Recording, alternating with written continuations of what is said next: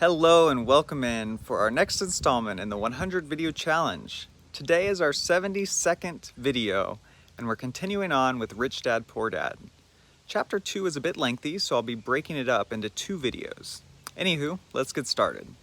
Chapter 2 is titled Lesson 1, The Rich Don't Work for Money.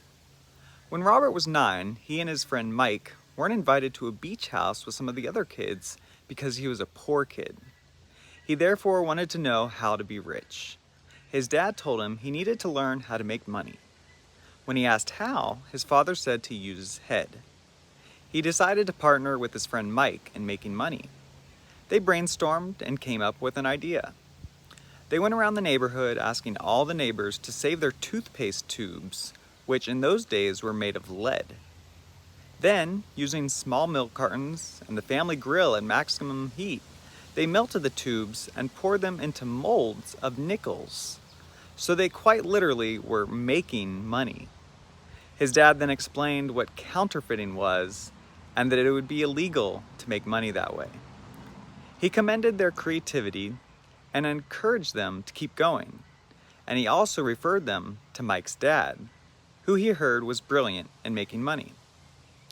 They met with Mike's dad and he offered to teach them if they worked for him. It wouldn't be a typical classroom-style learning, though.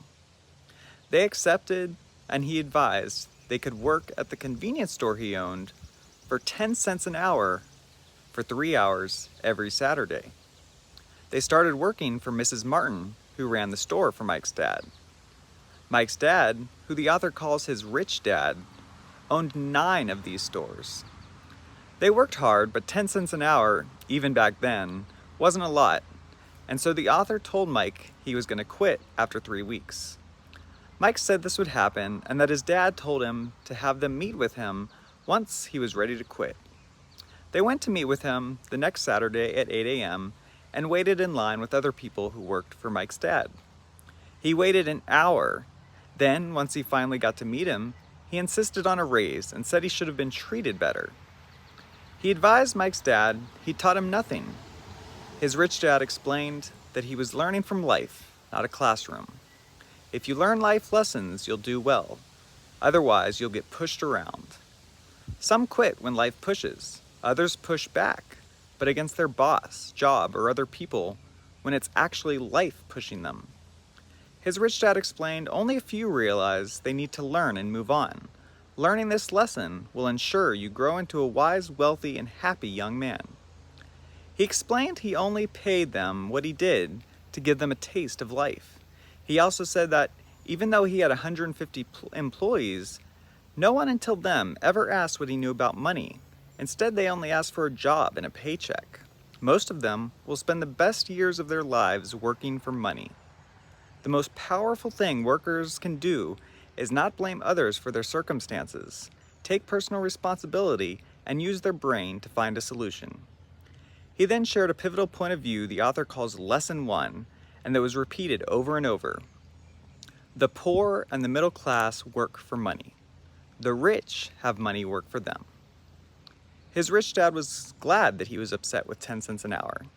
Had he not been, he couldn't have helped him, because true learning takes energy, passion, and burning desire. Most people who get more money without developing their financial education just get into more debt. Most are confined by their fears and want security, so they go with the easier route of just learning how to work for money. Most will become a slave to money and take it out on their boss. He also explained that workers don't even get to keep everything. They're taxed on what they earn, they're taxed on what they spend, they're taxed on what they save, and they're taxed when they die. Rich Dad then asked if he still had a passion to learn. Robert said yes. His rich dad advised that was great. Now you'll continue to work for me, only this time for free. That's going to close out part 1 of chapter 2. I hope you enjoyed and got some value. Let me know what you think in the comments below, and we'll catch you beautiful souls on the flip side. Peace out.